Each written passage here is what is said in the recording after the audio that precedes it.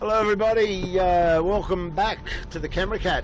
We're calling this boat, it's no longer the Camera Cat, we're calling it the Tech Deck.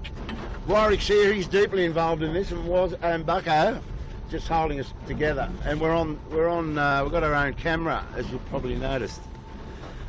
So we're going to call today, apart from anything else, what can possibly go wrong Sunday. Well, we've got it, and Wazza, welcome to this craziness. But we've got to do it, we've got to get started. We're going high tech, we're going to the moon. We're moving forward. We are. We've got a slide rule on board? I threw mine overboard, I couldn't read it. It might be a bit of an Apollo 13 thing today, like we've got to get these boys back with what they got. We've got a bit of rope. So yeah, folks should probably gather there's a bit of a change to the Camera Cat's technology. We've got Blake Kirby no longer in the cage, he's sitting behind in a suite. In a tech control suite. It's air conditioned, totally. Joysticks. He's driving a Ronin, which we had not much success with a couple of years ago, but it's held in one place by a flow crane.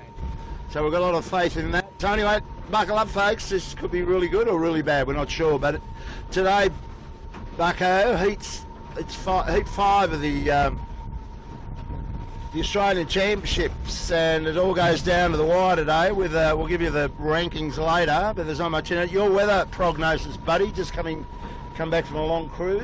Yes. I've just got up from Melbourne this week, so I've been out studying the current and the wind. Very warm water off the east coast of Australia at the present time. Unprecedented sort of 27-degree centigrade water out off the shelf off Sydney at the moment, which is for which there's not much historical record.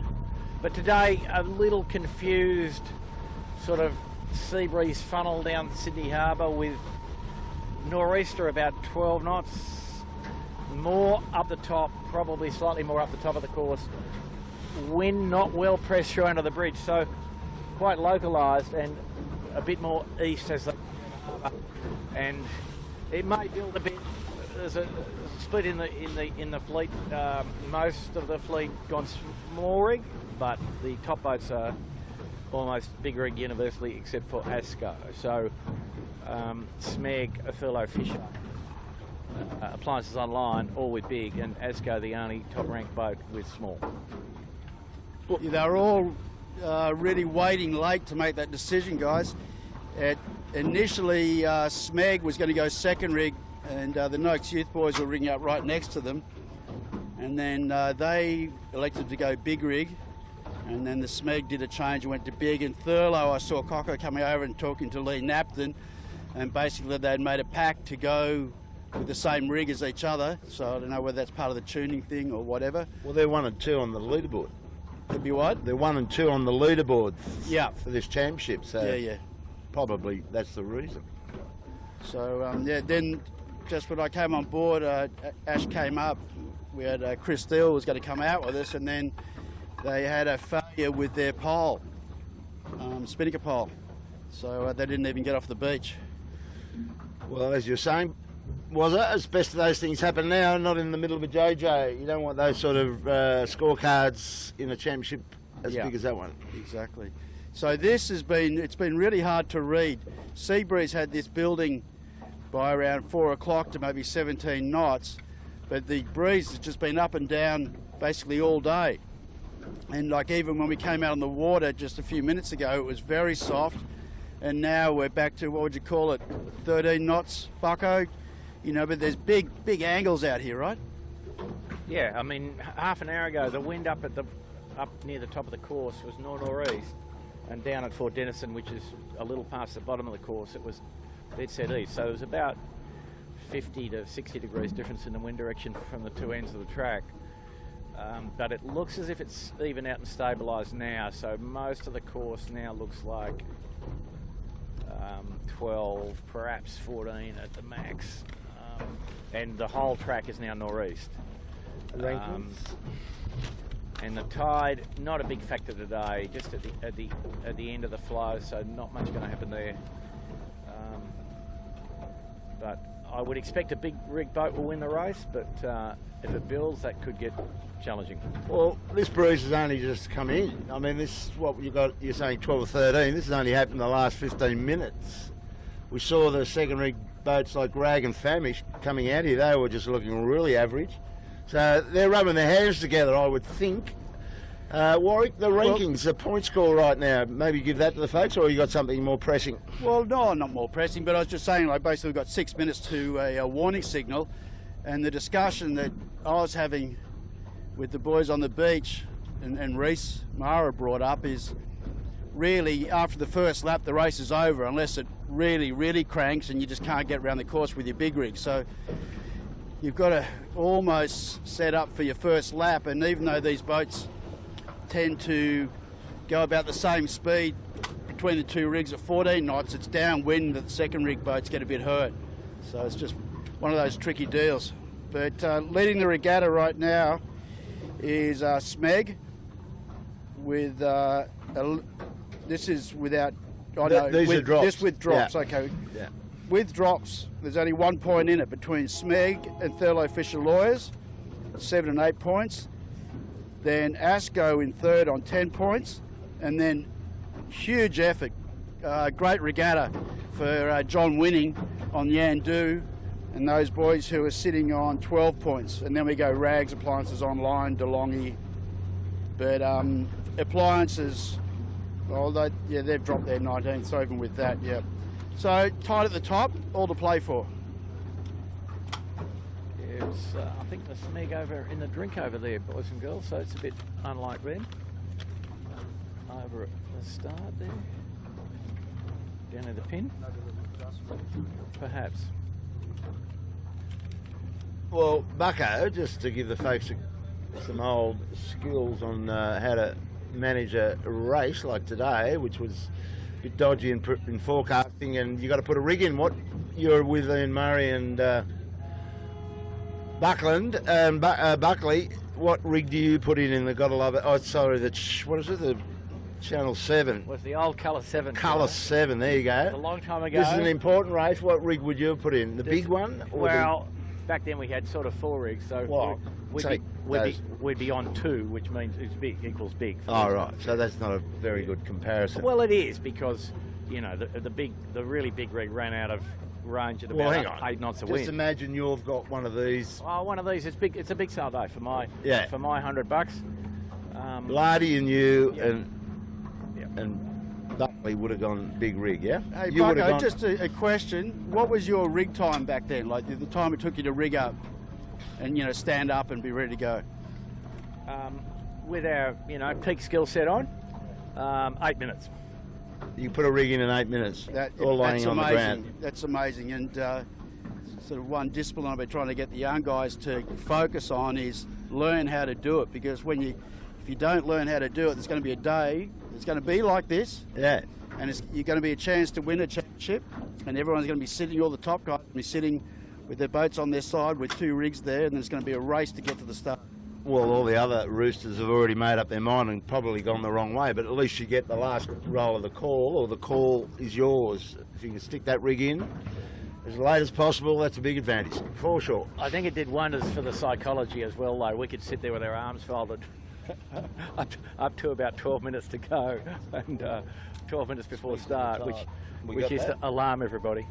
Okay, so Blake's just got a shot over there, our champion boat, as on the leaderboard at least. Smeg in the tide early, so I don't know what they're doing.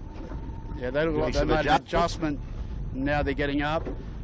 The one thing I was going to say also too, I remember I was sort of gone motor racing when you were doing all that, but I'd come down and have a look sometimes, and you guys would actually be the last to turn up with your car and your trailer with about 40 minutes to go to the start, and whack it all in, and you just sort of disappear at the end of the day. Yeah, no, there was some mind games being played, obviously. I remember, and Ian was pretty keen on rubbing things in a bit, and one particular race where we'd beaten the second place boat by quite a long way, he said, boys, we're going to race to one rig, so when they get back to the park, we're on the trailer already. That kind of approach. And, you know, anybody that knows Ian would know that he was a pretty formidable competitor, and that was an illustration of that, I think. So what I can see, folks, you're looking at a shot of Thurlow Fish with Smeg in the background. Blake Kirby is driving that camera remotely, and it's a serious bit of kit. It's got as I said, it's got a float frame supporting a Ronin and a digital camera sitting inside that. It's only 57 at the start. Okay, we'll get back. How's our lens? Yeah, Blake, do you want to come back, pan round to the start? Yeah, we'll get to the pin. So Smeg just up in time, as it turns out. Yandu going for a pin end start. Tide still running in. 30 seconds.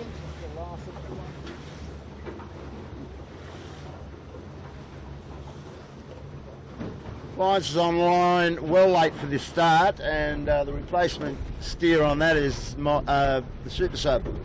Brett Van Munster, David Witt, out of play in China. So we'll be right on this pin, was it? Yeah, and I can tell you that Yandu obviously fighting for the pin. Smeg, Asco down here also. And just to fill you in, Noakes Youth is on the water. They've obviously got pole from somewhere, but they're late. Appliance is on line late, line 7 late. So we've started. So Yandu, beautiful pin end start. We've always wanted to be down the pin end, was it? That was a bit of an accident by all accounts.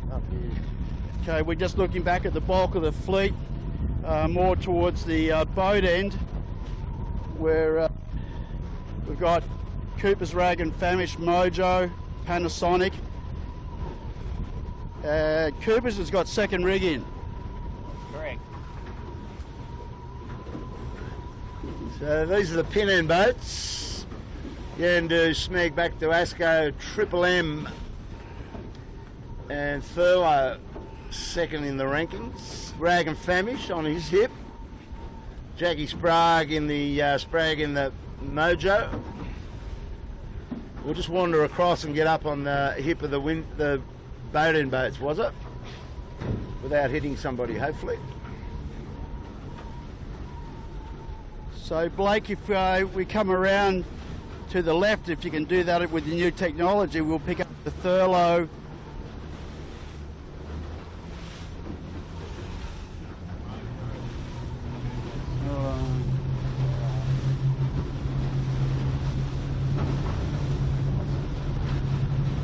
Yeah, looks like Thurlow should lead. Thurlow and Cooper's are best out of the windward end. But Yandu, Asco and Smeg having a bit of a fight. Smeg's had to tack away, couldn't live on the hip of Asco or Yandu.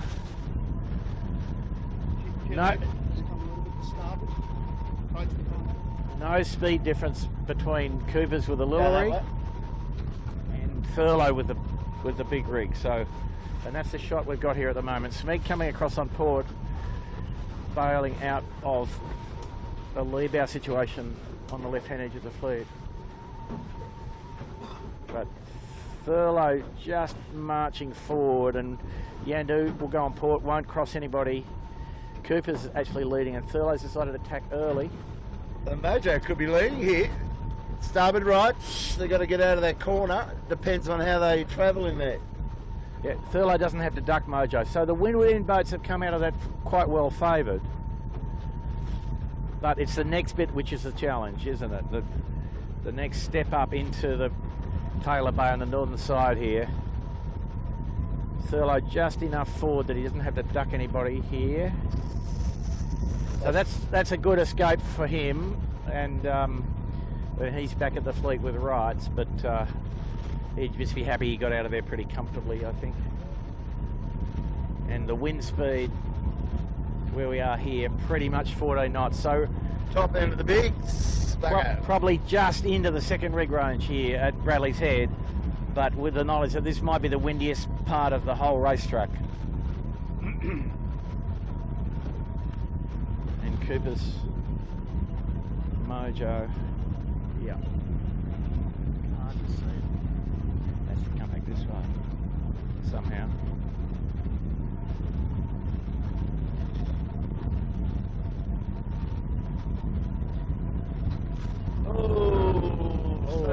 conversational lawyers minute.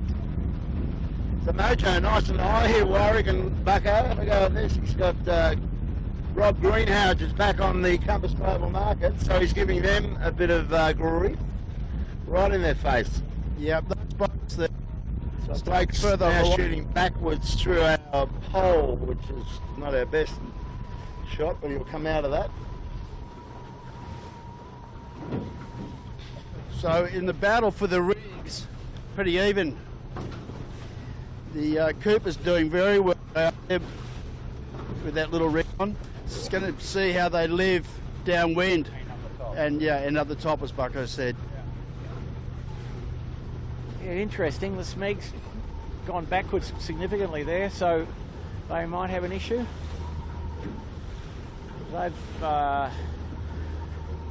They're behind the action by a good 100 metres, which is unlike them and not expected for the last heat. So Rag's coming back, is that what you got? The Rag's leading the race pretty comfortably at the moment. They're all on port, except for Thurlow, and Rag's got a good, 20 seconds up his sleeve already. Well, he took the stern of Mojo, didn't he, coming in? Yeah, except for Mojo, yeah, I'm sorry. Well, I've got Mojo in front. Yeah, probably. Okay, how are you reading that, was it? Probably you're right. We haven't got our headsets there off prepared for the JJs, but so it's a bit hard to pick up what you guys are saying. But yeah, Mojo leads, you reckon? Yeah, Mojo's got a great slate, and just looking around at everything, and for me, definitely second rigs, the quicker. Yep. The pack one. Well, Rob Greenhouse, looking at him, he's with Keegan York on the sheet. They got full power. You can see the luff tension in their mainsail. They've got it powered right up. And Mojo's just footing along beautifully in front of him. Yeah. But that's the windy end of the course, guys. And, between Bradley's Head and here, the wind speed, we've just gone, 400 metres upwind. The wind speed where we are now is probably 3 knots less than it was at Bradley's Head.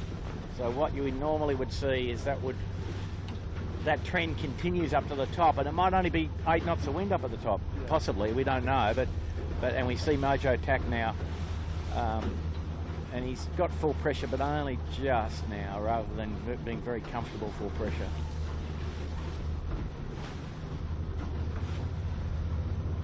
And you see Thurlow standing, we don't see them, but Mojo and Thurlow and the kitchen maker all on starboard tack, going to what we'd imagine will be the favoured side. They're very high, aren't they, on that side? Shore. Yep. Smeg there earlier, and I think the leaders will come from that area. We'll make a prediction that Thurlow probably is going to lead at the windward mark. How's that? Well, I'm just looking across, Warwick, on your You're right. going to say Thurlow's going to lead? Yep. Okay, that's a... Warwick, have a look at it round to your right. The bow down to hell coming back from that side.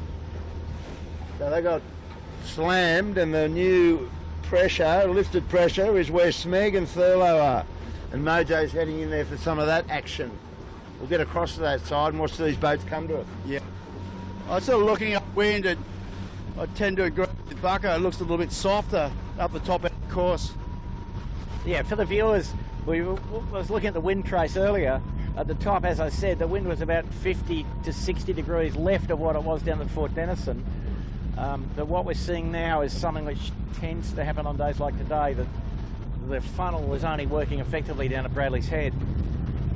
So, but the wind on this western shore, a fairway in the left, and the tide, just weak flood, the last of the flood. So, if in doubt, go left, and we see the, here's the cross. leading boat on the left, on the western shore, and Smeg in a huge header with no wind. I don't understand what he's doing in there particularly. The oscillation in the breeze, and it's hot, it's being set, the breeze flicked to the left. It's a bit the shore. It's high risk. High risk is the correct word.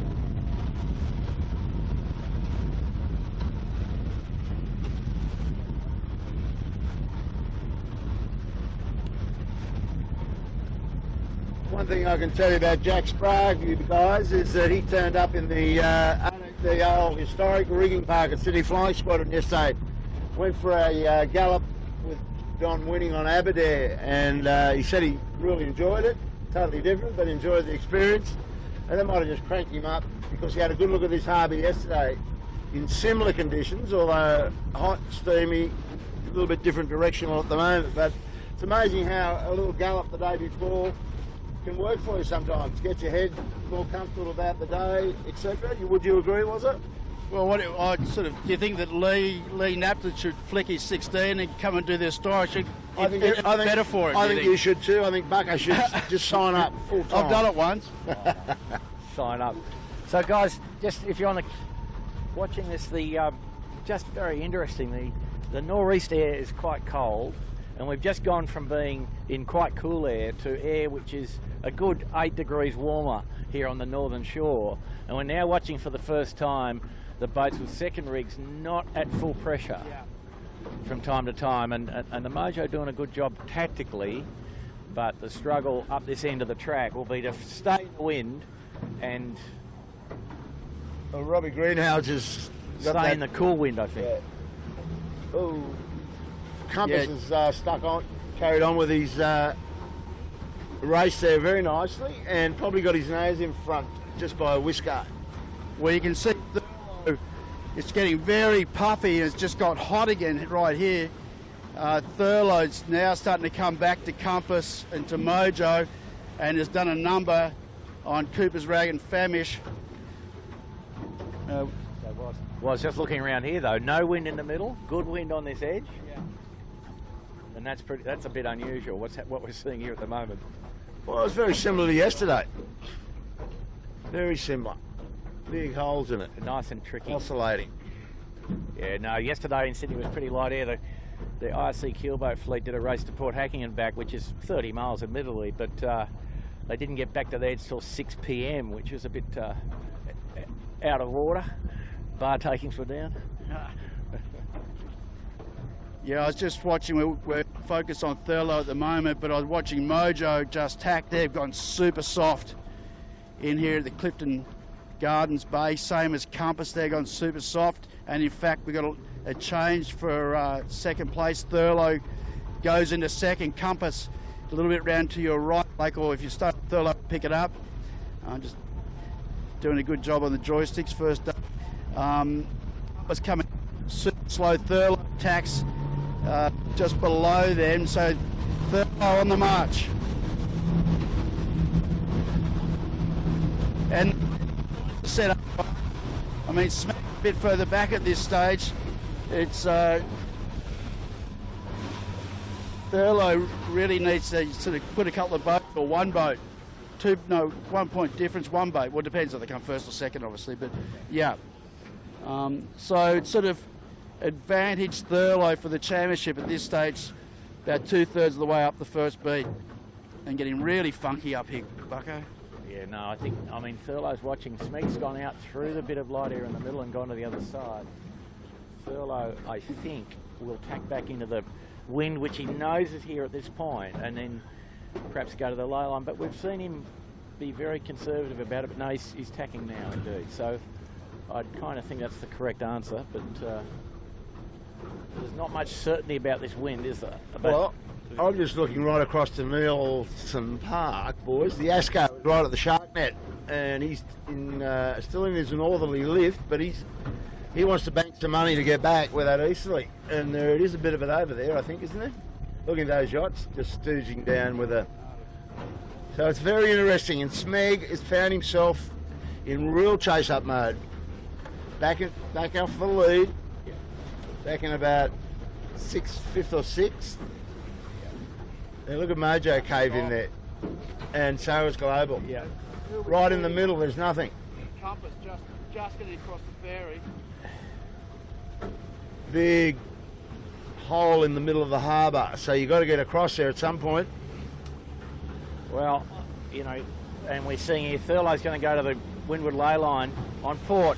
Good pressure at George's Head, which is just to the left of us here. Blake, if we can perhaps have a look at Thurlow on our port side there. He's in good wind for the foreseeable future. Got good full pressure, and the big rig obviously helping him pretty significantly. And Smeg's fought its way through the zone of not much wind and right out in the right-hand side. Just watch the Thurlow here, Bob. Oh, we've got to do a crew change here. Get Chris on. Doing a crew exchange on the camera cat. Just have to get out of the road of the Thurlow. Okay. Kilo. Chris has come back. Yeah. Just wanted to get away from Thurlow's line.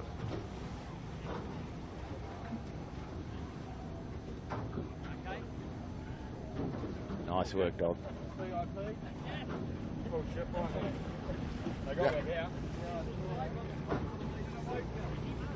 So the Thurlow here, guys, in great pressure, 3 strings. Not far off line, Kilo, with wind, it appears to me, Well, all the way to the mark. Yep. Well,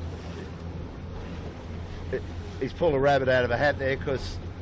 He just did you a look nice across- job joining the dots together, mate. Did he what? Yeah, nice job. And John O'Witty did well out of that in the last 10 minutes. He got up on the hip of Compass. He must have gone right up that northern shore as well. So he'd be travelling well. He's probably in second place. Line 7. And I tell you guys, like obviously the big rigs have come into play right now, and where we're going to see them really do some damage is going to be on this run. The guys, if the breeze stays at the pressure that it is, the boys in the second rigs are really going to suffer. Yep, for sure. I think if we can get in close to the bottom mark, Kilo, I'd say the Thurlow might lead by a good minute or so, and they should be able to have a grin on their faces, I reckon. Look at his bow going up. Yeah, he's not far off the lay line, but he won't lay, I don't think, but he's very close. And this tide's still running in, so it's pretty damn good effort, that. No, he's there, he's on the lay. Easy. There it is. You can see the mark to leeward of him. Easy work, okay. And his rig looks great, the boat's roaring, so... So Asco's been totally smashed. I was trying to sort of talk him up a bit, but he's stuck on that good eastern luck side. with Eastern Shore today, Bob. And the Smeg is going to come out second after all that, I would suggest. Yeah, well. No, he won't be second, I don't think.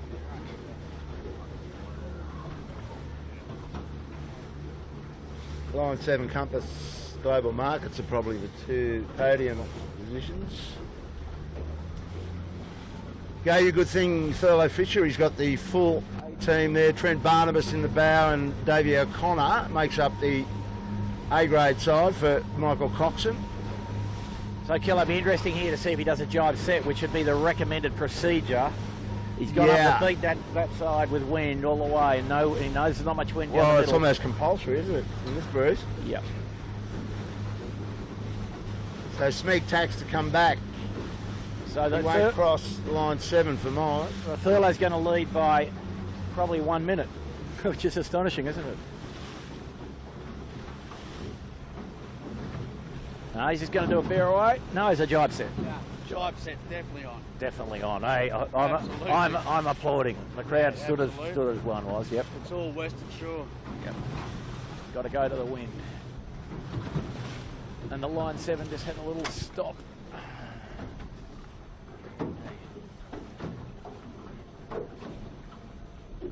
Got the clock running, was? Yep. It's 30 seconds already. Yeah. 1 minute plus. Wow. So the 2 big rigs of Thurlow and Smeg. Smeg's come through with that power, and that's what got Thurlow through out of the second rig. Second rig's looking good, as you said, Bucko, down that funnel down towards Bradley's when it was sort of 12-14. Yeah, but I tell you what, Different guys, story. Yeah, I reckon Kilo, by the time they get to the bottom mark, Smeg will be in second place. Tell you who's come up here really well is Brett Van Munster in the AOL. Yes. They were further back than fullback. Yeah, they were. Well, they were late for the start. They were. They missed the start. So that's a 1 minute 10 to line 7, and for the championship for Smeg, it's, let's call it 1 minute 15 gap. I can't see Smeg getting that back, but it's really going to be about whether they can get, if they finish first and second and Smeg second, it's going to go to a countback And from memory. I've look at the chart again, but I think so. Yeah. We'll have a look at that bit of paper. Yeah, I mean, I think looking at the race, So Brett Van Munster, Tommy Clout, Tommy Anderson, I think, is in the bow of that. Yeah, And now James Ward and his boys in the mighty Triple M will launch the Dr. Dan. So the appliances on the line, shoot down, down. That's not fast. Well, here's something, guys, the way I look at it and follow this thread. If Thurlow wins today, both Smeg and them will have, I think they will be on equal points, and then they'll both have a first, and then it goes to Thurlow, has a second, and Smeg doesn't. So then, and that's the way I would read it, that Thurlow would win on their countback, right? Yeah, no, I think that's correct, yep. Yeah, that's correct. Blake, if you come round to the Smeg, there's a lineup of boats going high into Parsley Bay. That looks really weird to me, Bucko. That's their. They want to watch the angle out of there because they could be on the bricks. Eventually you got to jibe back, and it might be that there's enough wind if you just don't go across the harbour at all. Thurlow's comfortable, but he sailed across the zone of not much wind.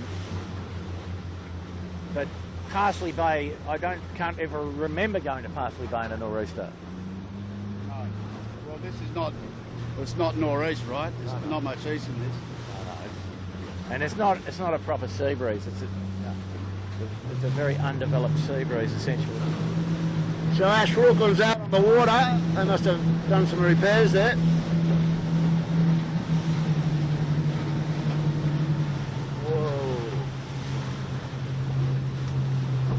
And the thing shot to come back to shore. So they must have run into a really soft patch and seen more pressure on this side because the angles are fully weird. Now, this is interesting. Appliances online, jive not much at all. Smeg's continuing on. He's going to end up on bottle and glass or scraping it. Jibes now. Here's a big kilo. I did a bit of research on bottle and glass. We were talking about it on Wednesday on the Itchy Barn, and I was saying to the boys, from my recollection, was that the folklore that it didn't look like it looks now, and it was used for target practice. And in fact, that's true, and there's some sketchings of it back in, I think, around 1890 that I dug up. And it certainly looks very different. And they did say in the short story, and there wasn't a lot on it actually, but that some of the boys got bored around that time and started firing mortars at it. Had they warned the picnickers who are out there? Just Dave and in 1890, there was a lot of seagulls in this sketching or the painting. Nice quiet picnic on bottle and glass. Hang on. Well, the environmentally friendly military types, indeed. Now, so here we go. It's a big game of avoid the holes, and Thurlow's done quite a good job. And what we've seen here is Smeg has been smashed there. No pressure to get out with. Appliances all go slowly for a while, but Thurlow really creeping down towards the jibe into Shark Island. This is so deja vu of yesterday, Bucko, on the harbour, let me tell you. Big holes. Big holes, and very warm where we are. We play a comfort meter not at a very good level, Killer. True. I'm now over-rigged. Was it just stripped off? Yeah. Now where's Smeg gone? I can't see him through the IKEA. Smeg's right behind us, mate. I just say our VIP that just jumped on board from the rib. He was on, he got off, and then now he's got back on again. Chris Steele had just won the Warren Jones Regatta in Perth. That's a pretty tough regatta to win. They get a lot of heavies over there. Chris, well played, son. Yep. So congratulations. Tell us about the final against the Gilmores on that. Oh yeah, just a classic Kiwi-Australian rivalry that we sort of had to try and get one back over Gilly after losing the finals to him last year. So had a couple of Aussies on board our boat, and it's probably the proving factor really. The two nations combining and getting a 3-1 win, and it's a good result. Good way to start the year. The old Anzac thing, Kilo. Get the Aussies and the Kiwis fighting together instead of against each other. Did the Aussies shout in the bar? Yeah, when you got a Rookland on board, there's always fireworks. So Ash brought the heat, and I tried to keep it somewhat calm. But yeah, you can't really put a blanket on that fire sometimes. Yeah, no, it's a good mix. And I heard Dave Gilmore took you out the night before to try and get you smashed, or in fact achieve that, to help his brother.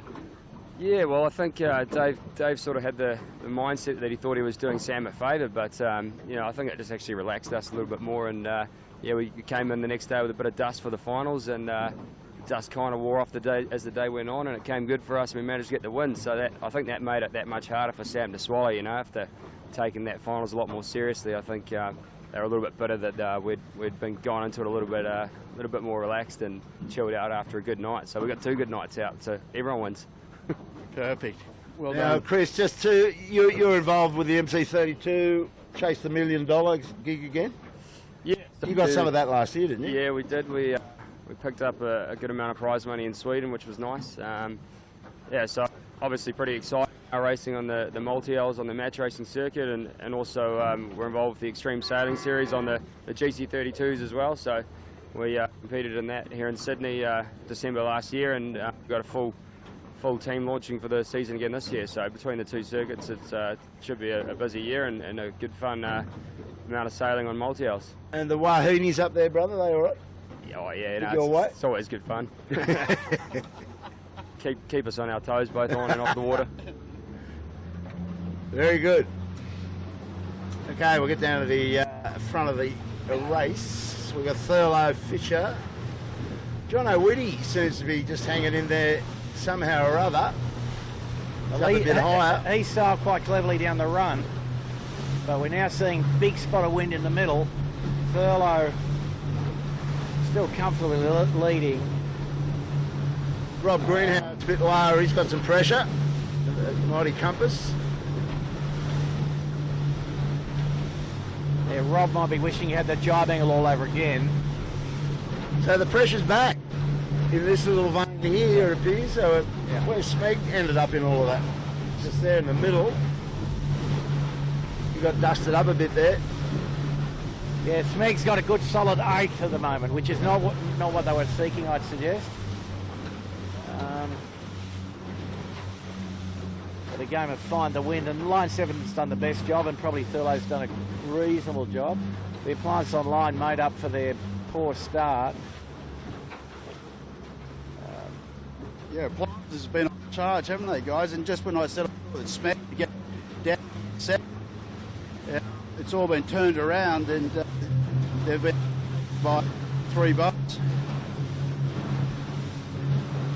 Anyway, Thurlow with a nice lane to the bottom mark, so all the crews would have learned a lot in the first lap, and they'll have now a little wind map in their heads of what's actually on the course, and I think you'll see a fair bit of what we call emulation up the next beat, where they all stay on the left side of the track in what appears to be more consistent air on the western shore. But the run down the middle, so there's a beat back up, and then it's a VMG run the next run. Thurlow round the jibe mark. Probably hasn't lost anything, I'd say, looking at that, was. Well, yeah, they're around, and the pressure has increased here. So we've got boats. I mean, what are we looking at on the screen? On monitor? Yeah, looking at global markets, but up ahead to where there's a line 7 we might pick up on the monitor on the shore, but they got well lifted, and these guys right down, coming in at a beautiful angle. Yandu out of shot is got max pressure. So this is anything but straightforward. The breeze is fresh in here. Cocko's way to the Edwards. He's going to have to get it off, so got a jibe early here, boys. Yeah, enough pressure here for a keelboat to have a bit of trouble over here, Kilo. Yeah, a hood 23 in fact. Can we get that one, Blake, over to your right? The Blake having a bit of trouble with the spinnaker trim and the steering. Oh, Woody. Oh, Jesus. Berger saved the day out on the rack. And the next 2 through will be AOL with plenty on, and Triple M up on their side. And a guy And with the a spinnaker half down in the keelboat. Umbercumber, stand by. We're coming aboard. Good show. Ripper. But the Thurlow got over Point Piper satisfactorily, and I think the other guys will as well. Relax, go boating. Yep. It's a beauty. So they're all heading for the Prime Minister's pad. Lucy will have some biscuits and cheese on the deck, no doubt. Triple M, go you good thing. Whoa. So Thurlow got around, that surprised me. He was looking pretty deep, aiming straight at the real estate down there, but he's got through. Good battle this one. A lot of crew work, a lot of teamwork required here to keep the thing upward and going forward. It's an easier job for James Ward's guys and AOL, who are fully loaded. I don't think there's Tommy Anderson in the bow of that boat. Who do you reckon's in the bow? We got the crew sheet. Anyway, they just stopped up. Had a lack of sign on. Lack of signage. Triple M looking pretty flash. Little rig in. Yandu in front of them with a big rig. AOL's away again. That was good. So the Yandu would be optimistic. Sorry, the Triple M would be optimistic they might catch the Yandu down here. And then the windiest part of the track from the bottom mark up to Bradley's Head. But the first two boats with big rig, Compass in third with little rig, Yandu with big rig, Triple M with little rig, Appliance with big rig. So a good mixture, but Thurlow leading pretty comfortably and dropping their chute now. We're shooting the Compass Global Markets. The Thurlow in the far background against the CBD, and into the dial-up, and there they go. So put the clock on that, was.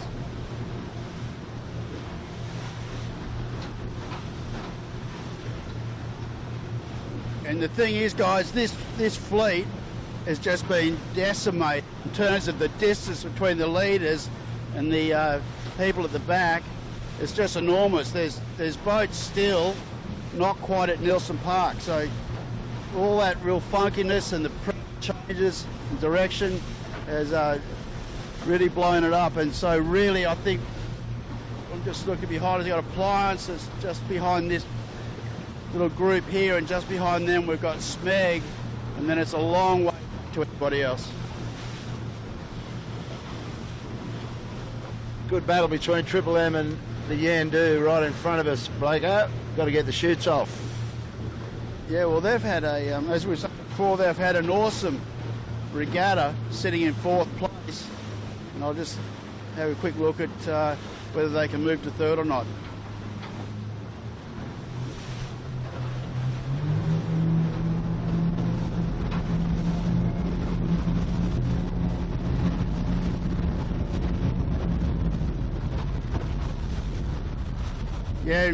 Yeah, Kill, I just looked at that. Definitely Yandu moved up to the championship, because they're fighting Asco. Well, Asco's just ahead of them, 2 points ahead, and Asco's miles back. Just gone around Shark Island. So if Yandu can keep this together in the position they're in right now, they will move up into third place in the championships, I believe.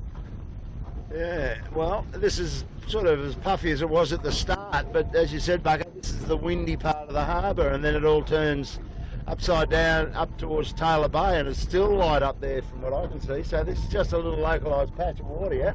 Yeah, the funnel effective between Bradley's Head and the city here, and very localised effects that not unknown and not particularly unusual, but today a bit worse than usual in that the wind speed here, same as at the start, around 14 knots where we are at the bottom mark, but up the top there's patches of which are less than 8 knots.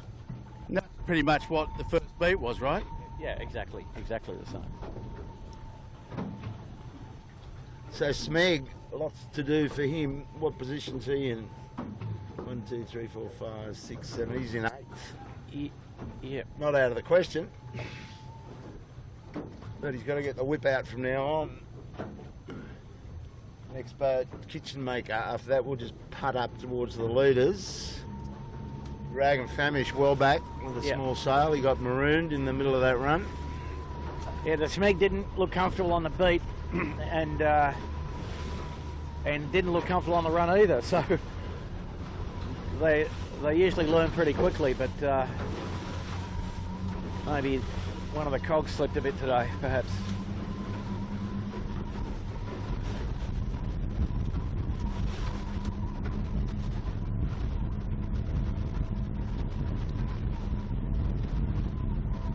Hey Chris, do you know much about the Kiwi 18 teams? Not really, you don't see much of it? They got the next one on the moment. Ah, right. Not a lot. I know a few of the guys on the boat. Yeah, no, we were just saying the New Zealand 18-foot Skiff Nationals are on at the moment back home in Auckland there at Royal Akarana, and I believe Yamaha was leading after the first day, and light to moderate conditions, pretty tricky day on the Auckland Harbour by the sounds of it. Well, they were the form boat over here last year, the top Kiwi boat. Have they maintained that pretty much, do you know, this year in New Zealand? Yeah, they definitely sound like they're the team to beat. Obviously, there's a couple other good teams there in C-Tech and boats like that, but I think Yamaha's sort of maintained the boat to beat for the last probably season or so now.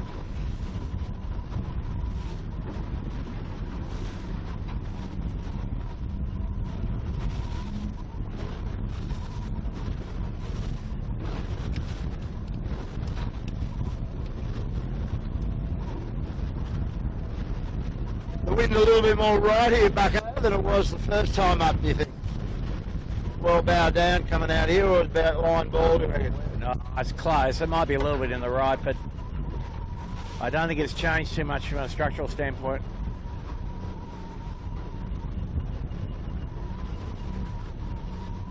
What I'm seeing, it's shot at the moment. What's interesting to me, though, is that Thurlow's pushing hard to the east early on this beat. So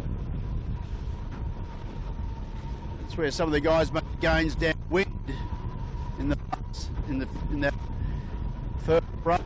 I think it doesn't seem the same conditions to me. It seems like a lot more fresher, a lot more pressure at the moment. Looks a bit patchy to me on the right. Well, you know, they had reasonable wind all the way up to Nelson Park, so he's probably relatively unconcerned and just thinking that he's got a 1 minute lead or thereabouts, and he'd have good confidence in his speed and his ability to pick it. So probably just trying to minimise the risk, I'd say. Yeah, and he's dragging the rest of the people he's racing, that chasing pack, they're going with him over to the eastern side also. So.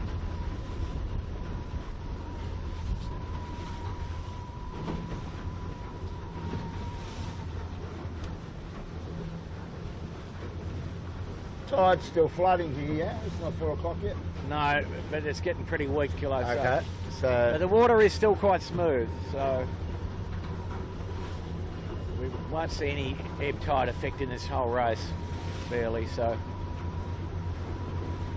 these guys are enjoying this, I think, now. But the top still looks tricky. Looking upwind now, there's pressure halfway up the track and not too much right at the top still. So it's still difficult to get into the windward mark.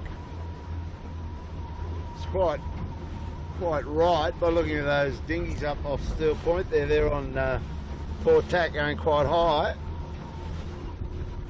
That's an indication of something over there. Looks a little bit more consistent across the track now, the pressure to me.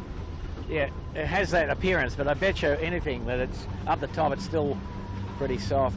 And the breeze really is north-northeast, Kilo, so it is a little to the left of the normal sea breeze.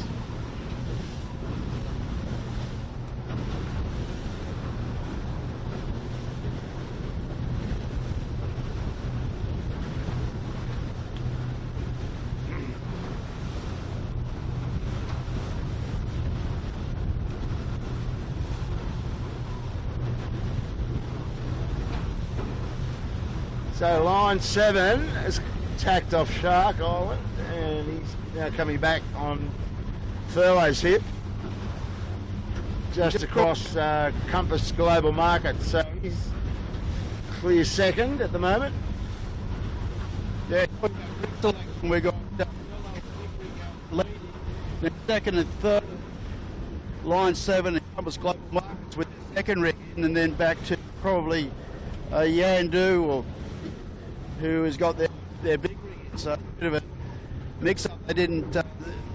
The second got down that run block. Thought they would. They picked some pretty hard angles though, didn't they? And they got pressure in the middle, particularly Rob Greenhoward's in line 7. They got pretty fortunate, I thought. Smee got smashed. Anyway, he was trying to reinvent the wheel going into Parsley Bay. I've never seen an 18 go in that deep, Bucko. No, I did say I'd never actually navigated in those waters, but I get to go and see the late great Peter Kurtz. But yeah, the square run will be different, and I suspect that they will go down the western shore on the square run. Sorry, the square run Warwick. Well, Smeg out of shot. Smeg and Appliances Online is working that western shore, and I'm seeing all these guys now starting to head back over to that western shore, so taking big long tacks and big angle differentials in these gusts. I mean, Thurlow, I don't know what we're looking at on the monitor, I can't see it yet. Thurlow. I mean, Warwick, just looking just upwind to where we are, we're in 9, 10, 11 knots of wind. 200 yards upwind of us, the breeze is probably not even 8 knots. So Thurlow and the boys going to the western shore, and we're now seeing the little rig boats not look like they're fully stretched. So yeah, so the Thurlow's just about to sail off into the sunset, I would suggest, relative to the little rig guys. And Smeg, wouldn't write Smeg off by any stretch for a place, but I doubt very much that they'll even get a look at Thurlow in terms of winning the race. Just amazing. I'm just keeps wide right. They've probably since they're 40 degrees. Just big right. Yeah. Just as I glide in the centre of the harbour. The shot callers earning their money, mate, today. But the Thurlow did a great job up the first beat, and you know, got up there, I think, almost perfectly, and he's just probably lowered the risk for this second trip up. He's stayed in the wind. He's figured out that there is a bit of right in the middle here. Minimise his tacks, and the other guys have felt obliged to cover themselves by following him effectively, because he's gone the right way and stayed in the wind. So the gap now between Thurlow and Smeg, probably I'd guess here looking at it about 2 minutes. And we're seeing now the little rig guys getting not full pressure. Line 7 upwind of us, hurting. Smeg here with big rig, and Appliances with big rig. And the wind here quite different. East northeast right where we are. But you know that up at George's Head it's northeast. So there's, in the space here of about it's about 500 yards only up to George's Head, 500 metres. There's probably 40 degrees difference in the average wind direction. So the Smeg gone back to the left side, knowing that there's less wind in the middle, the same sort of pattern as occurred on the first beat. And Thurlow, if the first beat is any guide, up the track there now, not far off the port tack ley line, above the white light, and along the shoreline at George's Head. Brett Van Munt, Appliances Online, just crossing behind Smeg. They've done a really good job. They were a little bit late to the start, and they've got up into this battle, so, and tacking in really good pressure there, just like there's bursts of pressure on the water. Hot air again. Yeah, and Bucko saying it's just heated up again. So really wild day. Well, wild in terms of trying to.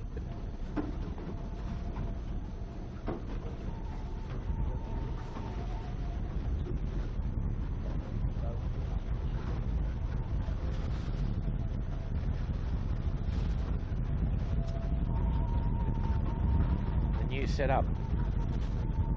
So Blake, we can have a shot of this guy in front of us here. There's a boat without any shortage of horsepower, Three 300s on the back. Only 2 speeds, flat out and stop though. Well, I think we keep putting more kit on this boat like we are at the moment. We're going to need the 300s. I think he's running some pretty tricky fuel by the smell of that. Does you smell that? Smell a bit different. You reckon he's running?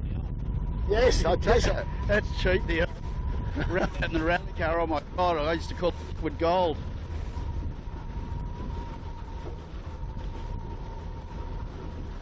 So tightening up a bit here. Smeg's got the better of AOL in that little bit, and Rag and Family's trying to climb back into this chasing pack.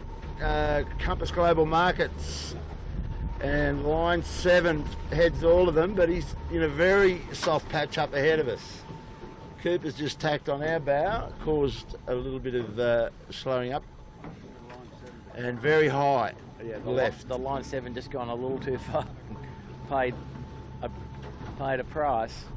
Quite strong wind where we are now with the Coopers, and the Smeg tacking to stay in the breeze, but the Thurlow fish are further up the track, just sailing away, full pressure, no problem. Wow.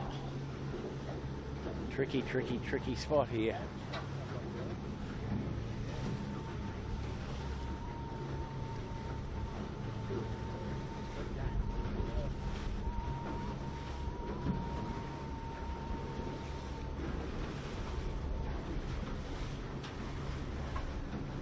A lot of cruiser washes out here.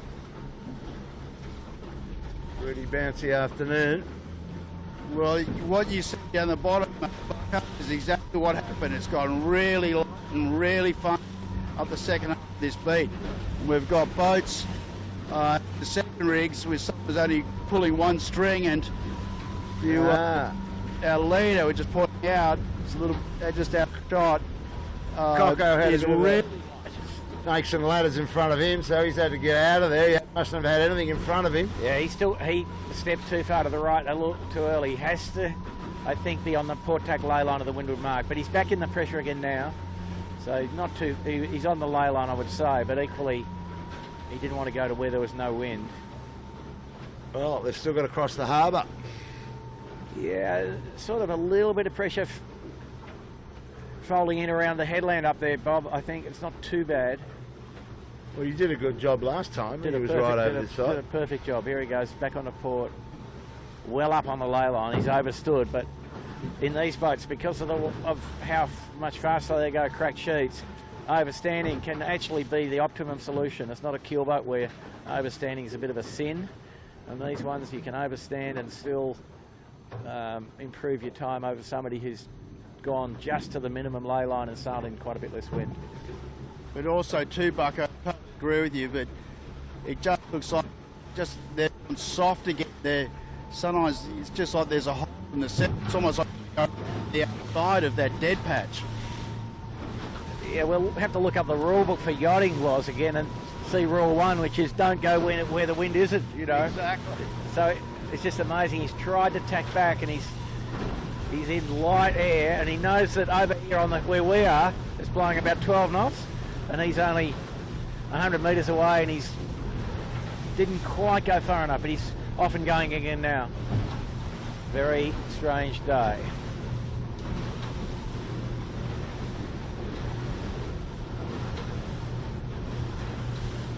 Yeah, so we're now in sort of well-developed sea breeze, or marginally developed sea breeze here. Cold wind here again, where it's light, the air's hot. But he will lead, the Thurlow fisher will lead at this windward mark by, I would say, nearly 2 minutes. A long way. Yeah, just say a long way, that'll do. Well, who's there now? So it was just that little barrier to get across to that pressure, right? But he's in it. The others are going to have to do the same thing. You'd imagine he would jibe set again and try and chase down that wind on the far shore. Having seen the misadventures of the guys that went the other side on the first run.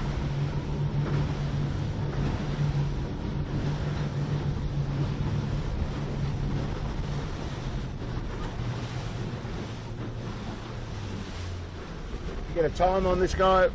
Yeah. You got your watch? Yeah. Jibe setting again, and he knows exactly where that hole is, and he's hard pressed to avoid it going back to the western shore, but at least he'll be able to minimise the effect. He's efficient jibe set. He's going to sail as hot as he can back to the slightly more stable wind on the western shore. Through, but he knows there's a hole near the white light in the middle of the harbour. John O'Witty's line has done a really solid job all day. Yeah, no, he's been good. He's got second rig, he's got through all that really down pressure, managed it really, really well. And a big thanks to John O. He's put in an enormous amount of effort to bring all this new technology onto the Cat. He's got a drone set up, which has been testing out the back of this, and yeah, That'll be interesting, was it? The We're hard at. Yeah, well, yeah, everyone at the 18s owes him a big thank you for the effort. It's been huge. He's been working really long hours to make this happen. So have a go at the race for third. AOL got his nose into that, out of that tussle on the other shore, and Compass got pushed back. Yeah, and the other one that's got hurt, we're still shooting at Thurlow, I believe, or line 7. But John Winning's got quite damaged up that beat. He's dropped off this pack.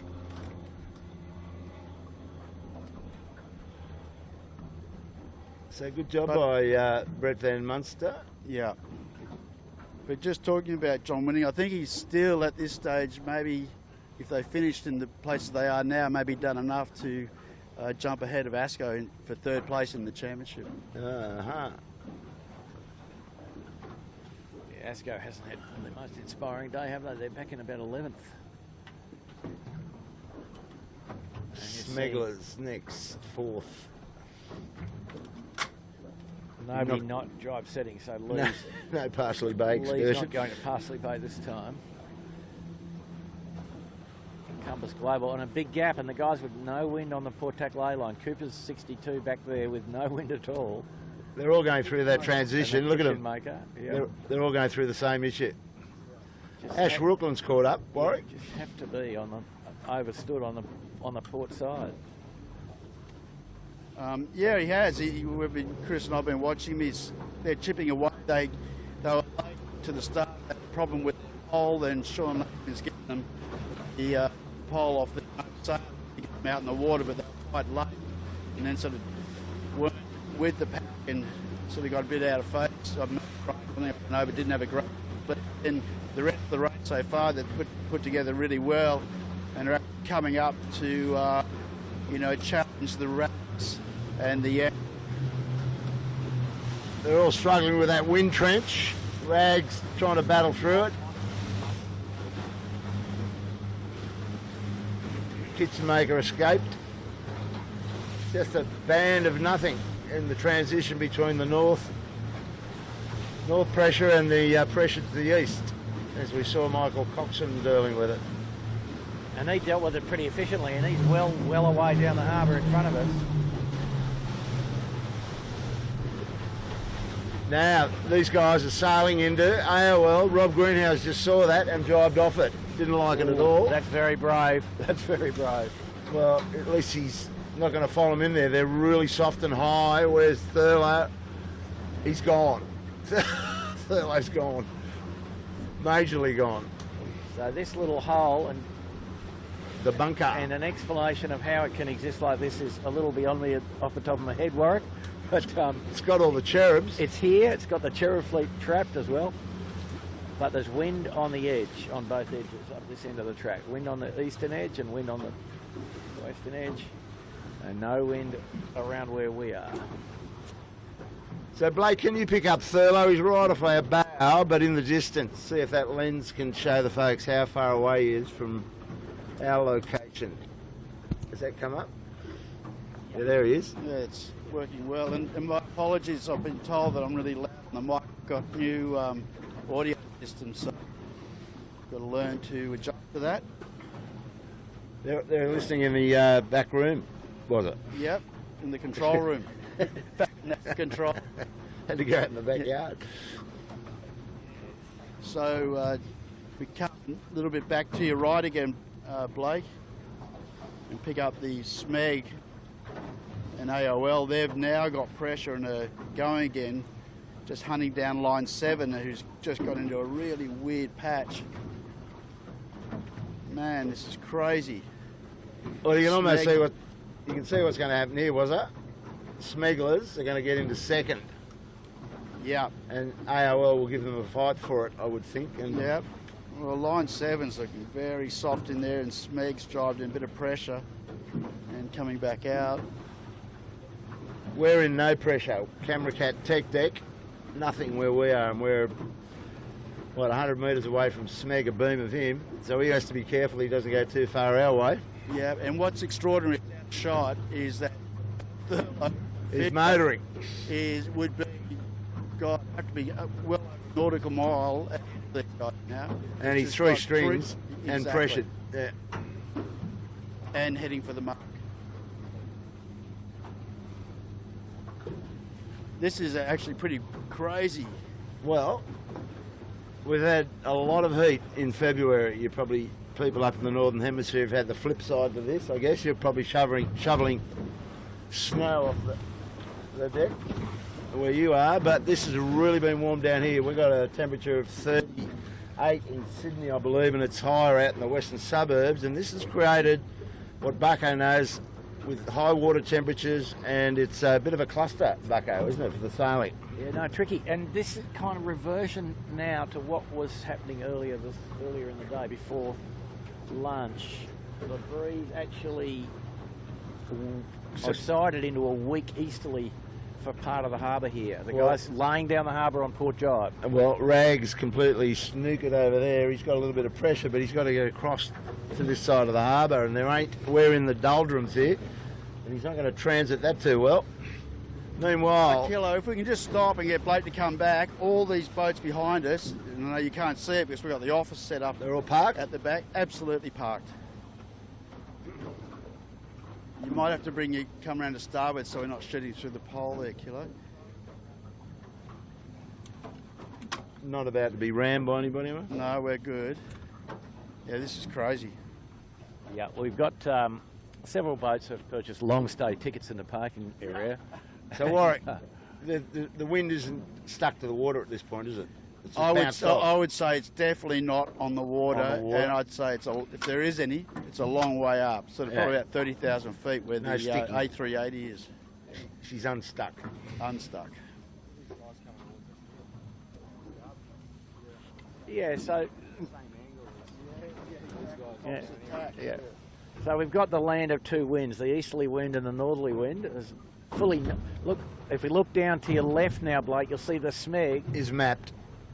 almost not laying Bradley's head on Port Jibe, which gives you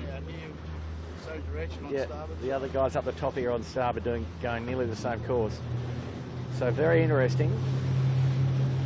Sydney Harbour at its tricky best. How do you reckon the Kiwis would have dealt with this one if this was a JJ heat? They wouldn't have liked it. No. You wouldn't know what rigs they'd have on. So, Kiwis, have a look at this. This is what we're heading into now. Folks, this championship, the JJ, the big game, and the Kiwis are coming. They like to think they can win this one. We're into, I think it's mid to late February when it starts, and it ends up in the early part of March. So, who knows what they're going to be getting weather-wise by that stage, but boy, it's been pretty funny here. Bring the big set of dice with you so you can keep rolling and maybe hang them off under the gooseneck. Now AOL is charging along here. So Warwick, I think this is really sort of a new sea breeze. You know, it's a new rotated sea breeze. Just enough underneath the northerly, yeah? But an easterly sea breeze. Well, it's a little bit cooler again, right? Yeah. I mean, obviously the hot northerly wind's still there, but it's just got a fresh burst of life. Amazing. And I think this makes the job pretty straightforward for Thurlow, because they'll be around the bottom mark and lay up to Bradley's without tacking, and pretty good mud map in front of them, I would think, for the track now. And they haven't put a foot wrong all day, but I guess it is a game of snakes and ladders still for the last beat. But Blake, if you come round a little bit to the left with the Ronin, you got line 7 is still in this. He dug himself out of that bunker, and he set sail again. So you can see the black chute going hell for leather, and he'll be still second when he gets down here. So they just keep staying in the game, those boys.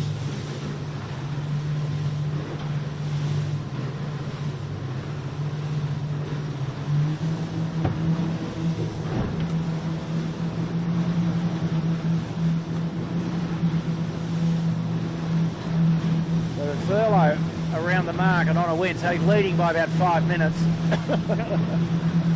Oh dear. But he's not in as much east as the guys up here are in. Oh, it's gone back a little back to normal now. Still about 070, 080 on top of the Papa Bridge flag.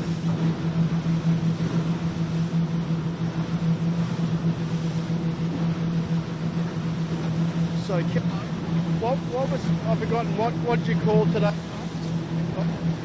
That's a long time ago, was it? I think we should read. What's that? The race. The race? Yeah, today's race, like crazy Sunday or pull your Sunday. Wasn't what could possibly go wrong Sunday? When we started up, I think that's what we got to, was you were playing with your little electronic device.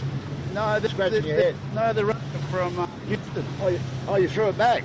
No, I've got it here, but they've got it right. You threw it back to the command position. Houston State Control. Mission Control's on the job. What could possibly go wrong Sunday it is, was it? So now the breeze is starting to lift. Well, this is where the breeze has been all day, off the start line area just north of Bradley's. And then it goes completely weirdo, Yeah. as you saw. And Smeg now driving inside of line 7 and having a crack to try and get up to second place. So these boys have really chipped away to get back up here, haven't they? Well, interesting how they dropped the AOL off as well. So they had some good angles, these boys. Well, Smeg's got a great angle in here, and the line 7's a bit overcooked. A bit overcooked would be a modest understatement, actually, wouldn't it? Yeah, well, I reckon. Yeah, I think line 7 will still lead them. But now the heat coming on. Whoa, line 7 prawning. Uh-oh. Sort of a slow dial up, but they block Smeg Put the out. handbrake on. And Smeg slides up into second. Smeg second. Yeah, so in this situation they're on equal points. Right. Thurlow, Fisher and Smeg. And if that was the case, what would happen then, was it? To count back and Thurlow wins? I believe presently Thurlow wins on count back. Yeah. Okay, that makes Well, sense. actually, yes, they would. I think so. Yep. Yeah, that's correct. Still one long, tricky beat and 2 reaches to go. Yes. And you know, And what could possibly go wrong? Possibly go wrong. We just saw the line 7 put 1 minute in the scrap bin, and the appliance is coming here at full load. Sorry guys behind us, but enough wind that the dial-up's now dangerous here. They're going to dial up right on our line, aren't they? Yep. And they're having some polite discussion in the boat about something. He's right. He's got the dial-up done. He's right. So this is almost a repeat third time where down the bottom here got really good pressure and we're about to get up into that funky stuff further north, going through the doldrums again. Yeah. Well, Johnny Winning looks like the one that's broken out of that before anybody else, was it? That I can see. The red and blue chute of John Winning is the first chute. Unless, oh no, sorry, Compass, sorry, what is it? The kitchen maker. Kitchen maker, that's the one. Kitchen maker. Stephen Quigley's boat. That, I think Woody's in front of him, well lured. Yeah. The Yandu will be round 5th, Kitchen Maker 6th, Hasco 7th, Cooper's 8th. Yeah, well, that's probably bring Asco back into play to hold their 3rd place overall in the regatta. I'll have to have a look at that. Yeah, we'll have a look, but a lot of racing to go yet, really, even though it's only 1 lap. But they'd be disappointed with that effort, that's for sure.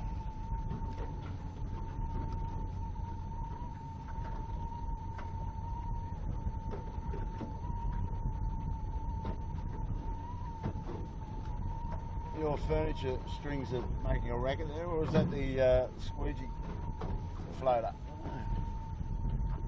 Sounds like we're in a gale. A bit of whistling in the rigging, mate. Yeah.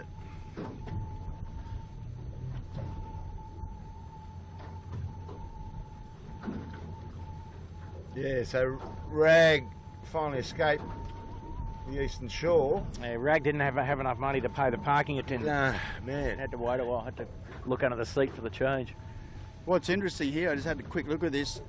If they finish in their positions now, this is between Yandu and Asco, with the Kitchen Maker splitting them, Asco would get 3rd on a countback, because they've had a win. So we've got countbacks for 1st and 2nd, countbacks for 3rd and 4th, as we stand right now. Ah, okay. The opera's not over. The fat lady's warming up though. Yeah. So the Yandu, ooh, just gets the dial up at the bottom okay, satisfactorily. Kilo, why don't we go and see if we can find the Thurlow? We're about 5 minutes motoring up the track here somewhere. So the Thurlow, I have actually lost track, but they've been nearly half up the beat. Straight over, 1 o'clock, bucko, way up.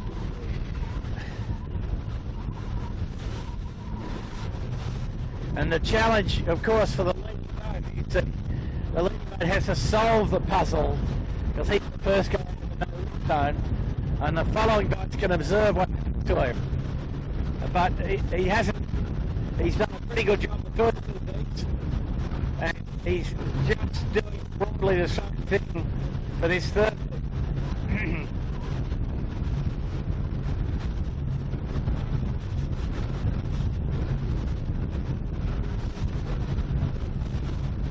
Straight up the middle of the harbour, where we are now, 12 to 14 off the wind,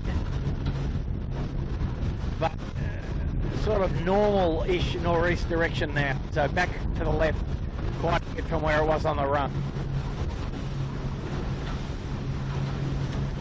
Blakey, there's a good shot of line 7 right on our bow, battling his way uphill again with plenty of pressure.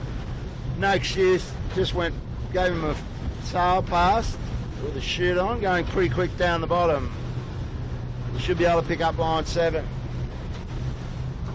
Right on our bow if you can get onto that he was lane. It takes us a while to get round with the whoa.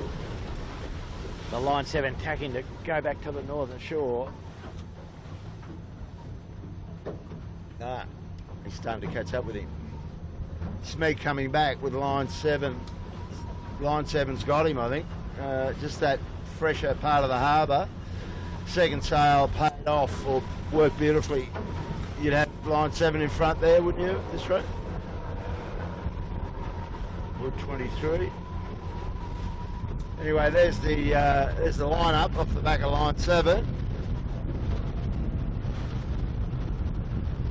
Do we go and find the Thurlow killer? They've under good full pressure conditions further up the bay. Nice ferry split there. Blowing into George's Head.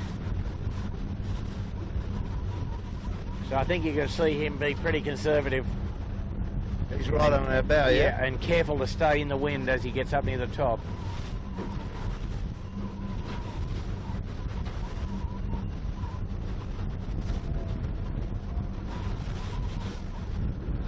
Have a go at Ilvay, right over across on Steel Point.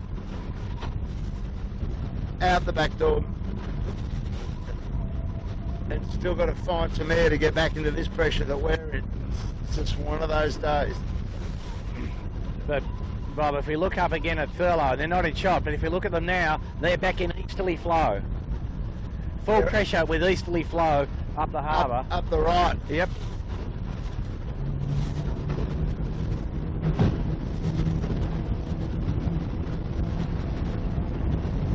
You were keen to get up there, weren't you? Yes. Long trip. And now it's sort of going back into the northerly stream.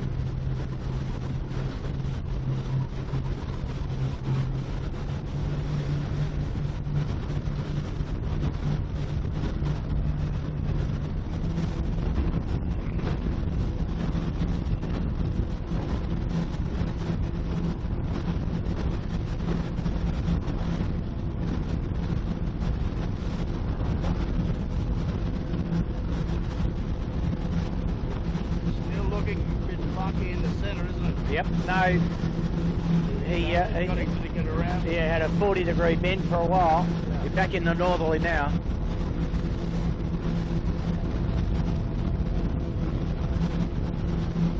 Rather rough seas here, bugger. Hang on to your hat. Brace yourselves. Whoa.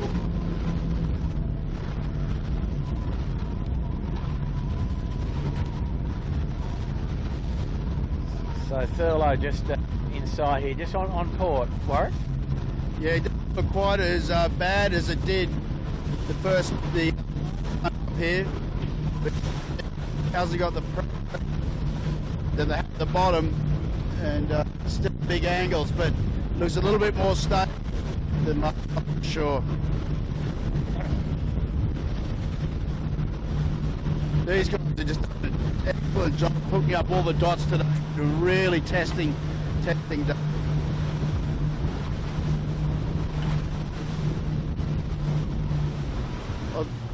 was watching the 12-hour race, Kilo.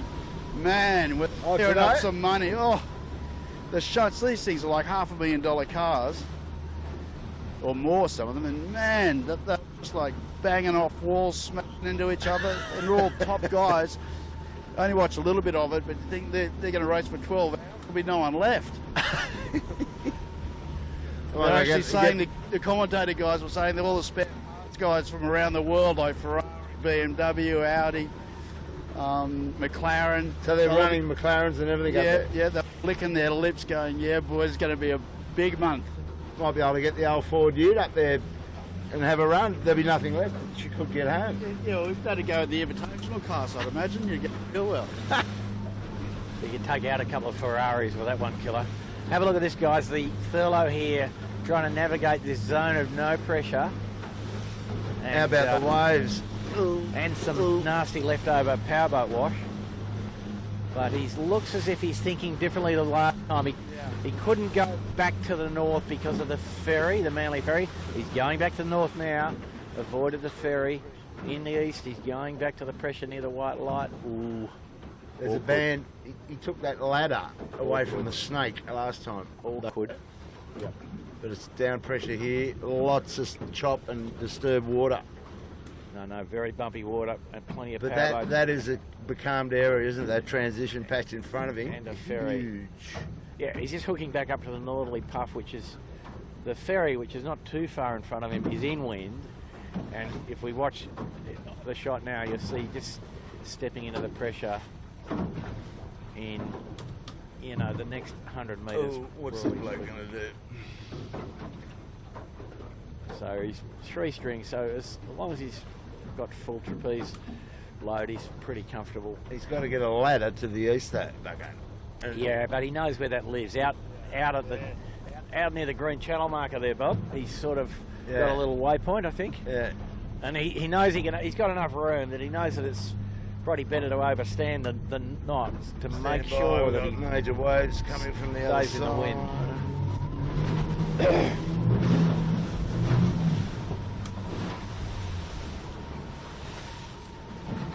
You like that one, Bugger? Yeah, thank you. And he knows he can afford to be pretty conservative. Here he goes, tacking now. Looks like he's going to maintain northerly flow all the way to the mark, so well overstood, but sprung sheets and sailing pretty quick into the mark.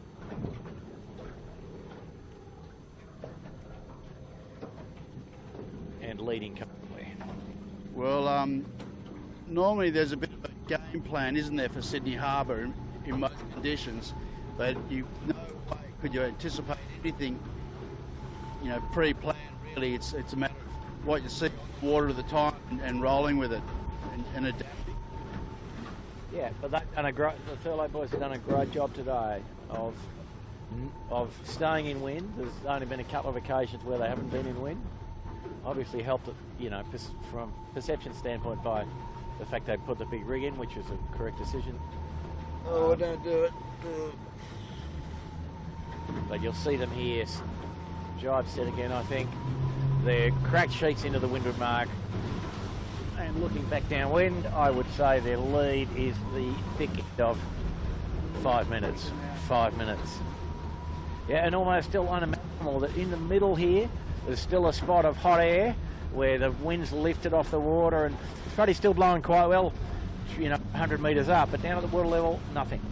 Yeah, well, the thing is, like where we are now, Thurlow, it's back to about 13 knots of breeze. And like, as you said, like 100 metres away, there's like 3. It's just extraordinary.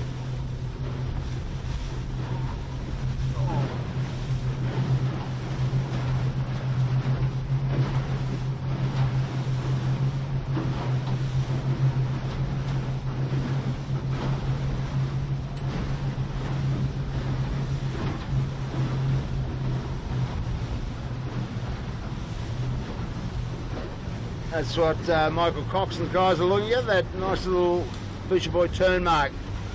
And then he gets a shoot on, takes on the turn mark at Shark Island, and then it's a dash for cash. And Australian Championship will be going to Thurlow Fisher Lawyers, Yeah, was it? new Australian Champions, Yeah. Champions Smith, possibly on equal points. Jibe set again on the Thurlow. Just got to keep the puppy upright. Pretty good at doing that. Yeah, I think it's Don't been a little over- while since Coco's won a Nationals. Be a few years now. Because Can't recall. all those years with Seven. He's always lurking around somewhere. He's Oh on the yeah, podium. absolutely. But to actually win, I think it's been a while. Yeah, no, he's been on the podium, but he's had a few times where he's capsized and broken things. You know, a couple of times he suffered from equipment failure. What hour can we expect our next competitor? About, I don't know, 12 hours time. Put on the Mount Panorama. We've got that on board. We've got enough screens, so we should be able to get it going. What's it? We need 3 egg timers to get to second place here. The Smeg pretty comfortably in second. Look like laying up okay. I think they're past the zone of the doldrums satisfactorily. That's a big call, says Woz, and he's right, because we saw the Smeg have to go from where Smeg is halfway out to the left towards the channel marker on George's Head. So Blake, if we can have a look at that, yeah, that's good. So the other guys, the Thurlow guys, had to go about halfway out to George's Head to stay in the breeze, but on the run the Thurlows maintain pressure all the way down to the white light to give us a little clue at least. No, he's jibing back. Jibing out. Okay, so he's figured out that there's wind on the east, and that's probably correct. Well, that's where he's got to I go. think So. it's a reasonable low line, that's where he's got to go. He will probably have a spot of not much wind at some point now, though. Hey, boys, go on, was it? Oh, just saying, we're talking about stuff we can't see. We got what's extraordinary is I was looking there. We're looking at now the Smeg Line 7 battle, and just beyond that, just a minute ago, with second rig on, Line 7 was easing sheets. So that's how crazy the wind pressure is. Yeah. So I was going to ask you guys, have you noticed Donald J. Trump of late, the last couple of days, been signing off executive orders like they're going out of fashion? Yep. They just keep putting things in front of him. He signs them. He said, "There's an executive order. Off you go." So I want to know is, have you seen any for the camera cat? Has he given us any I haven't direction seen one yet. for the camera cat? Executive No, orders. They could be in the exactly. list. I haven't. I tweeted him though. Well, From you've tried it. ccat.tweet. Executive Oz. orders for the Executive camera cat. orders. Yeah. Yeah. Nice. He might decree us a little Guernsey outside of what we're doing. Well, I just think he likes to Signing. get that pen running and Oh, no, pointing. He holds them straight up. What do you think of that one? Terrific, Donald. Leather I bag. can't read it. Send it down the line for someone to go do. Great times. Fantastic times. Yeah, but Killer, I think they're having trouble framing the KPIs for the camera cat, you see. So We could give them a list. we couldn't we? There's a few dollar signs on it. There's no mission. Yeah, we could price it up, couldn't we? We could do that. There's no missions in Iraq. Particularly now, we could have some satellites on here. Just KPI again. Key Performance Indicators. Key performance indicators. You know, and we're lacking them. You know, we've Okay, the Smegs have finally arrived at this turn mark. Go, you bought you good thing. Lean up and takes her around. He'd be glad just to finally get the better of line 7, I think, today, wouldn't he? Well, he's just going for a standard set. So he'll probably just punch down there and then see what line 7 does maybe, but with this air pressure, Smeg will have the advantage with the bigger rig on. But this guy, Jono Whitty, done an awesome job.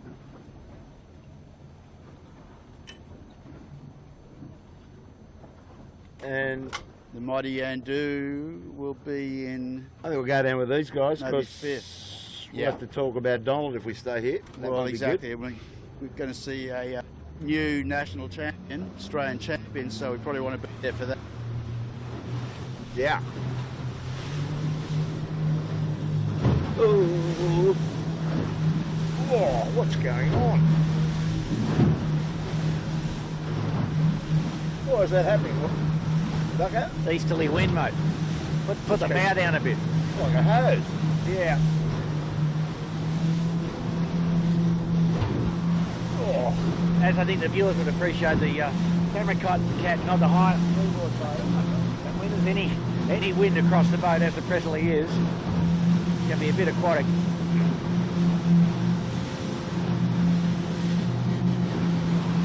We'll give these guys a little flyby, and then we'll go and try and hook up with the Thurlow guys and make sure they get across the line on race 5, the Australian Championships, on what could possibly go wrong Sunday, and get some executive orders in there, Donald, because we might make it the way we're rolling around here.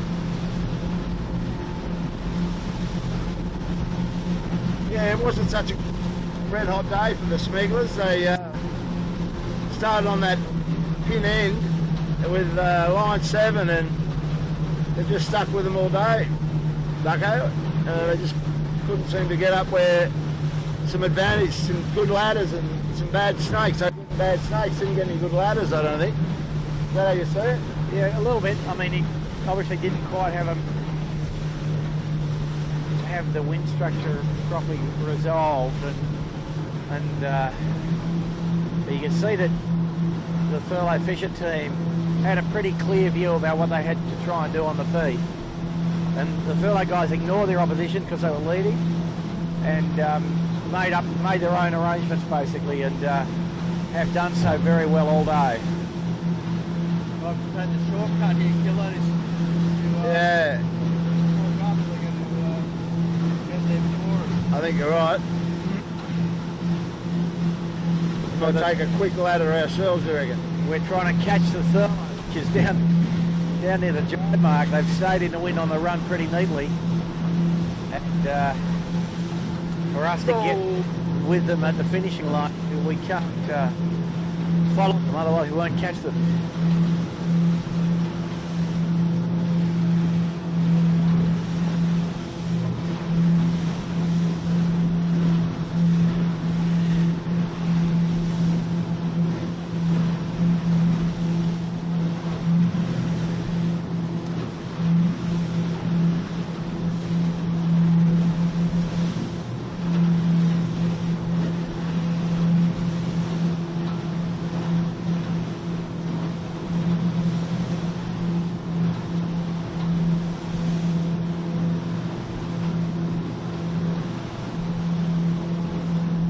Okay, Thurlow just jives at the island. We'll cut him off.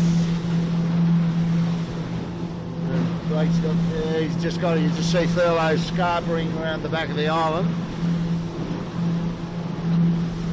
Nice and low, I think. Point fiber.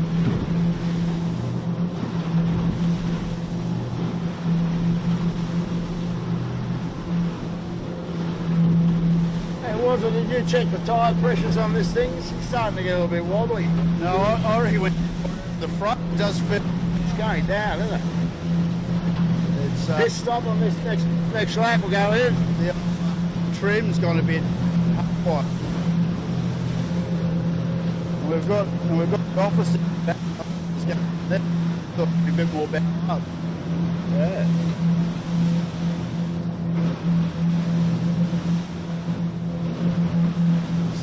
A bit of water on our stuff, so it'll be interesting to see what that is like. Yeah, she's a bit spotty, folks, but the fit, so we can't stop to clean it. Came a bit of, oh, we've got water on the lens, bugger. But it is a water bucko. Yeah. Water's one element, the other element is air. Which has been playing funny things today, for sure. The good thing about the water is it can't be that peculiar, but the air certainly can be. The Thurlow fish have got a bit of a challenge coming up here with a Nice large, obstacle. a largish That's called the sea deck, vessel. full of wahinis and pina coladas, bugger. Okay. Beamy sucker. But the Thurlow laying nicely in the finishing line with a lead of some substance. But down the bottom here, 15 knots of wind again. The sea deck, Bob, that looks new. Well, it's been out here for over a year. It came from, the rumour was it came from Ibiza, where they really know how to party. Okay. So it's got a good... So it's good- seen a bit of action on yeah, this yeah, line. no, for sure. They brought her out on her own bottom, and then they had to sort of get it complying with RMS in Sydney. But they're out, they're in it, they're in the game. More obstacles, bring them on. So, Thurlow on approach. Get the gun. Nice ride in, Bucko. Nice easy cruise through the line. Well, why don't we see if we can get really close, Kilo, because there's nobody else around. We need a picture of the guys laughing about it at this moment. Trent Barnabas ringing the neck of that chute as usual. Davey O'Connor keeping him balanced, and Davey O. crowd are pretty happy on the ferry about that. Very There she popular, goes. very popular with the punters. The new national champion, Go, you Thurlow good Fisher thing. was Thurlow Fisher. fantastic. And they did sail exceptionally well today, Bob, didn't they? Oh, they crackerjack performance. Dots- Finding ladders, the right size. Yeah, got rid of the snakes, found jumping the on ladders, snakes. few No dots, problem. beautifully. So- So, what's your estimate for the winning margin was? Half a day. Can't see anybody yet. Oh yes, I can. A red shooter Smeg. Yeah, So Smeg, so it's definitely there at Shark Island, so it's got 3 minutes, yeah, I agree with you. And they put a heap of distance on line 7 down that last run, just probably having a bigger rig as well. And this fleet just so spread out. I mean, there's guys still just really got round the top mark probably. AOL, you remember AOL that was right with Smeg not that long ago? They're halfway down the run, so geez, the wow. wins and losses, if you got it wrong, were just enormous today. You just got Yeah. punished or rewarded. we got Dougie Cameron. No, we haven't got him on our screen. We can see what Blake's shooting. We've got a little groovy monitor.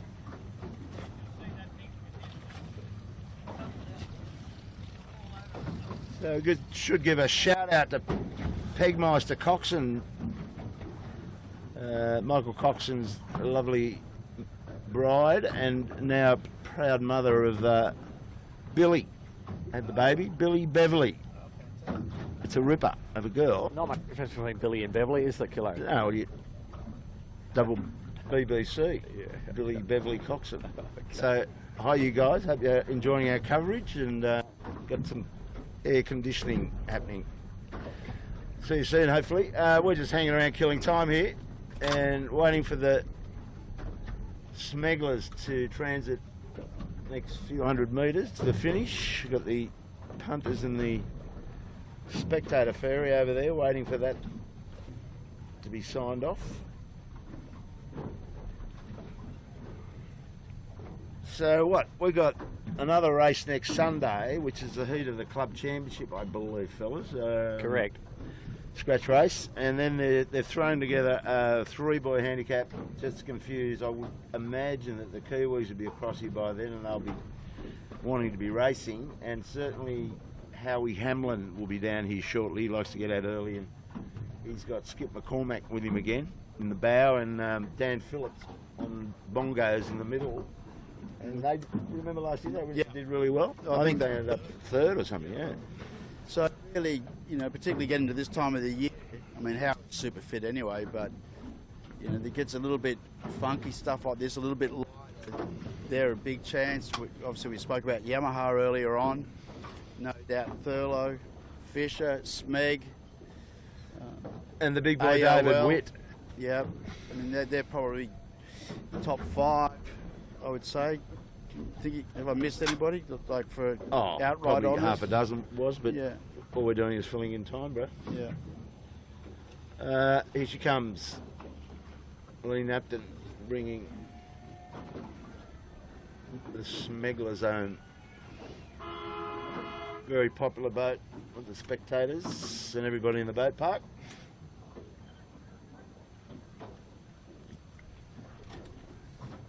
Yeah, so that was every bit of 3 minutes. Any long range weather forecasting for the Gildan, Bucko, from your? Yeah, I've got profound. No, I've got the forecast, Kilo. What do you got? Southwest to northeast winds. Southwest and northeast. Yeah, 5 to 25 knots. Got it covered there, I'd say. I've got it wide. Well, there you've heard it from the Buckster. So hopefully we will get some breeze. But we did last year. We got a bit of fresh stuff. We got the obligatory light one, a couple of light ones thrown into it. Those Easterlies, remember those, where David Witt was underpowered to the max, and we had a big cruise boat moored up in the middle of the track. I remember that. Yeah. So it's all in front of us. 2 more Sundays to go. Or actually, it's Friday fortnight she starts. The line 7, final drive, in for third. AOL in fourth is around the drive mark. That's Jono's A-team. And Good job. looks like Yandu next after AOL. So 1, 2, 3 finished. AOL coming down the run, the last run. Yandu yet to get to the drive mark, but that should be how it ends. I don't think my patience is going to last for that. Are you happy? Yeah, I mean, just to go back to Yandu, it's a bit hard for us to tell as we're dead downwind, but it's really between ASCO and AOL. I think that Yandu's done enough to get third. It's from where I sit, I can see Rags probably be next, then Kitchen Maker, maybe Triple M. But so if that is the case, that'll be a mighty fine effort from John and his boys to get a podium in this Australian Championship. Definitely. I don't think he's seen a third for a while. He has won the JJ back in 2000, I think it was. 2001 maybe. Long time ago. Well, but at least it was this century, Kilo. Yeah. This century. The new millennium. Isn't that what they call it? Yeah. I'll wait for some executive orders. Yeah. Okay. Now, what do you reckon? You want to throw a coin, see if it lands on heads or tails, and we'll go ashore? Well, I think it's heads. Heads or tails, we'll go ashore. Heads or tails. Let's wrap her up and say. Okay, there you go. We've Over and thrown the coin. And thanks for coming along. It was a bloody peculiar day on what could possibly go wrong Sunday. But we got it away, and Coco will be deliriously happy and rather animated in the bar tonight, I'm expecting. Thanks, Bucko. Thanks, Wazza. High-tech Sunday, out here on the new tech deck. There's more to come. Hope you enjoyed our more stable pictures. I'd be dying to have a look at them. Blake Kirby now lives in a box, and so does Chits. He's in a box there somewhere. I haven't seen him all day. I've seen their feet. Thanks, fellas. Chris Steele, for your insight into what you've been up to. Sounds like fun, brother. Say hello to the troops. Good as gold, mate. And we'll say farewell on this bizarre day. See you next Sunday for a heat of the club championship, scratch racing. Bye for now. Camera Cat standing by. You're not allowed to say that. Out. Out. So Camera Cat out, I've been Shipway goes mental. Okay, so we'll just turn off the camera, Blakey, and that should shut the thing down, I'd say. At a guess.